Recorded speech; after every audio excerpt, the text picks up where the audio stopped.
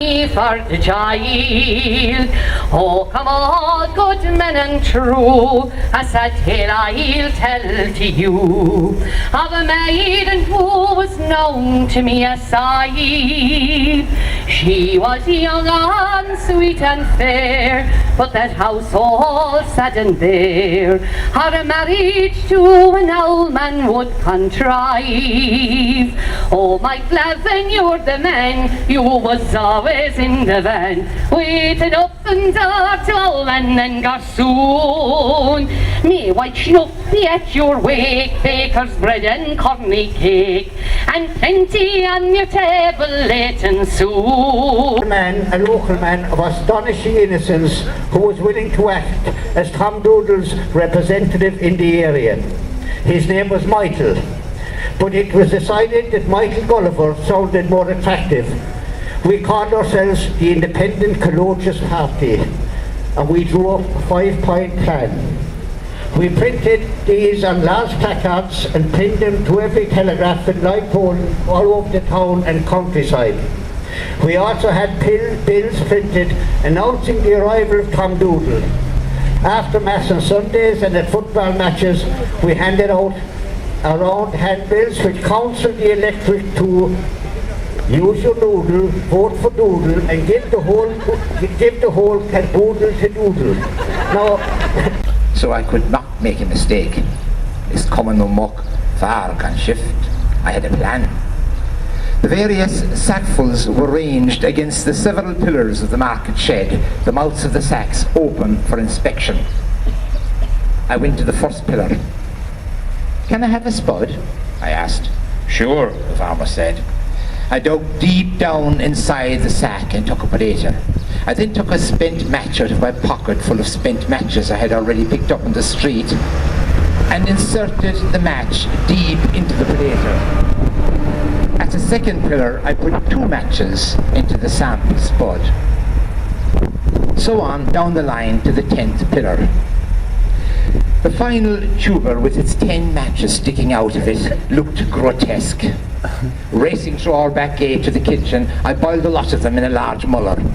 Ah, number 7 was a beauty, laughing and a powerful ball of flour. Texture just right. When May turned into June, and God finally rang the curtain down and called our playwright home. But you cannot heal a rainbow, nor turn back the rising sun, nor undo the work of gifted men, even though their day is done.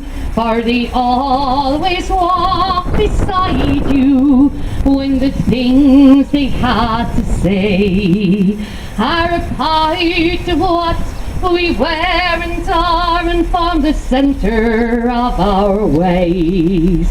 So search for him in Market Street, Pound Lane, or in the square, or late afternoon in Church Street. You'll likely find him there where the laughing, sparkling, silvery field sweeps westward to the sea. There you'll follow in the shadows of the footprints of John B. unfortunately, his death, he died a pauper, but he was very well liked. And a personal experience, Brian McMahon called to us at school, and both of us go down and attend Bob Coppins' funeral, which was held in the local Protestant church in the middle of the square.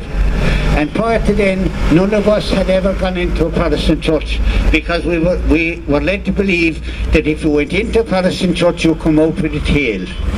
So anyway, Tony B. Word of Kerry cheer from one who knew hard times. Ne'er afore had I to fight, except myself, alack. But flash the news, I've seen the light, the printer's on the tack.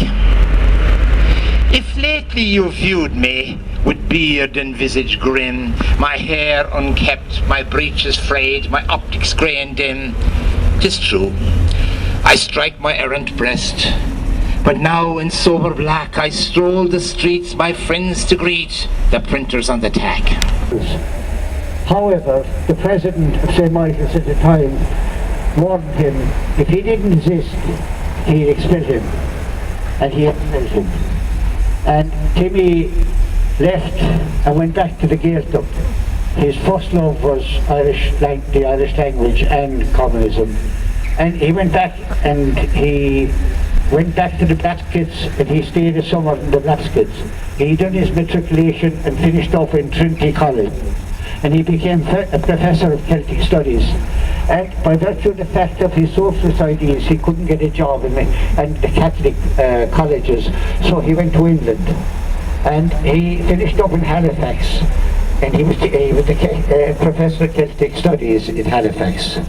His uncle was deleted, back in the 1970s, was deleted from the GA. That was the one where banning soldiers and anti-British really from the GA. But he was born in 1874. He was the local rep for the Kerryman. He joined the Freeman's Journal in 1907. He was the parliamentary correspondent in Westminster from 1916 to 1924. He covered the treaty negotiations. He joined the Irish press.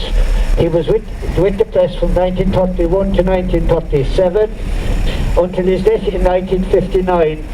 Most of his time was spent in an upstairs room in the National Library. And she was given a running commentary to Mrs. Kelly, who was a milliner, who was busy making hats inside the counter. And she was telling her who was passing up and who was passing down. And the next thing she looked down and she saw Brendan Kennedy coming up with about 5 women hanging off him. So she said, "Oh, here comes that Brendan Kennedy." "Who?" said Mrs. Kelly. "Oh, Brendan Kennedy from Ballylongford." Now, anyone that's my age would know that in the 1960s, when the tank hill was Ballygrennan, that plane contained his world, Lislawn, that's Listowel.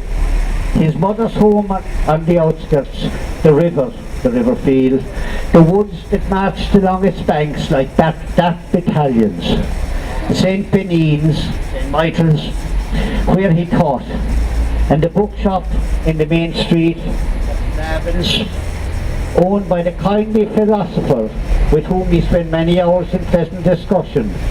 Simple places, simple things, he wanted nothing more. Now, my heart tonight is home again in Ireland, with many a smiling buckle and colleen. Oh, would that in that green isle o'er the billows, 1 hour of youth, this weary lad hot still, I'd stand again and watch the red dawn breaking upon thy banks, my silver river feel. I'm the vicinity by Father Gotham. The Listowel mutiny occurred during the War of Independence. The incident which led to the mutiny had repercussions far beyond the confines of North Kerry. On the 19th of June 1920, the members of the Listowel Royal Irish Constabulary were summoned to the barrack room of the police station to meet with Colonel Smith, Divisional Police Commissioner for Munster, General Tutor, a Commissioner of Police from Dublin Castle and others.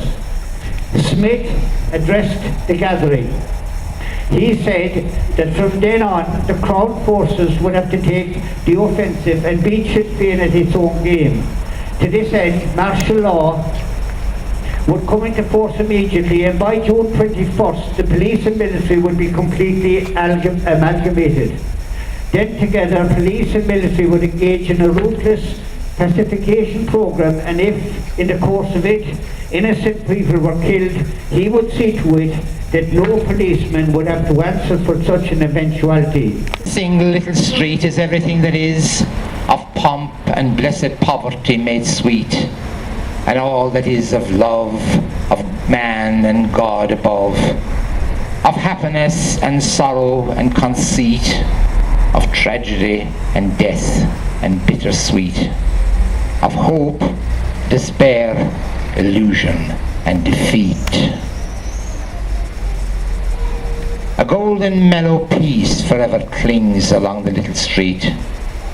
There are so very many lasting things beyond the walls of strife in our beleaguered life. There are so many lovely songs to sing of God and his eternal love that rings, of simple people and of simple things.